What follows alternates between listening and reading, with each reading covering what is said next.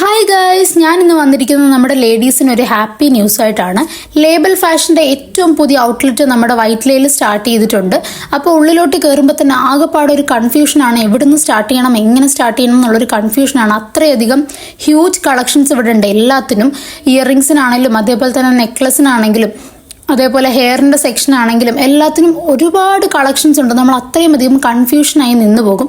ഇവർ സെറ്റ് ചെയ്തിരിക്കുന്നത് ഓരോ സെക്ഷൻസ് ആയിട്ടാണ്. അതായത് കോസ്മെറ്റിക്സിനാണെങ്കിലും എല്ലാ ബ്രാൻഡ്സും വരുന്ന ഒരു വലിയൊരു സെക്ഷൻ തന്നെയുണ്ട്.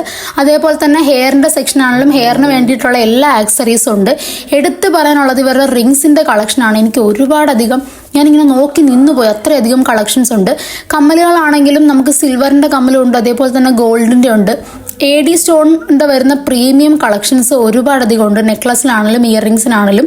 പിന്നെ വന്നിട്ട് ബാംഗിൾസിൻ്റെ കളക്ഷനാണ്, പറയാതിരിക്കാൻ പറ്റത്തില്ല. നമുക്ക് ഭയങ്കരമായിട്ട് നമ്മൾ കൺഫ്യൂഷൻ അടിച്ച് നിന്ന് പോകും, അത്രയധികം കളക്ഷൻസ് ഉണ്ട്. അപ്പോൾ ഇപ്പോൾ ഓണമൊക്കെ വരുവാണ്, നമ്മൾ ഡ്രസ്സൊക്കെ സെറ്റ് ചെയ്ത് വരുന്ന ഏറ്റവും ഇമ്പോർട്ടൻ്റ് ആയിട്ടുള്ളൊരു ഫാക്ടറാണ് നമുക്ക് ഓർണമെൻറ്റ്സ് എന്ന് പറയുന്നത്.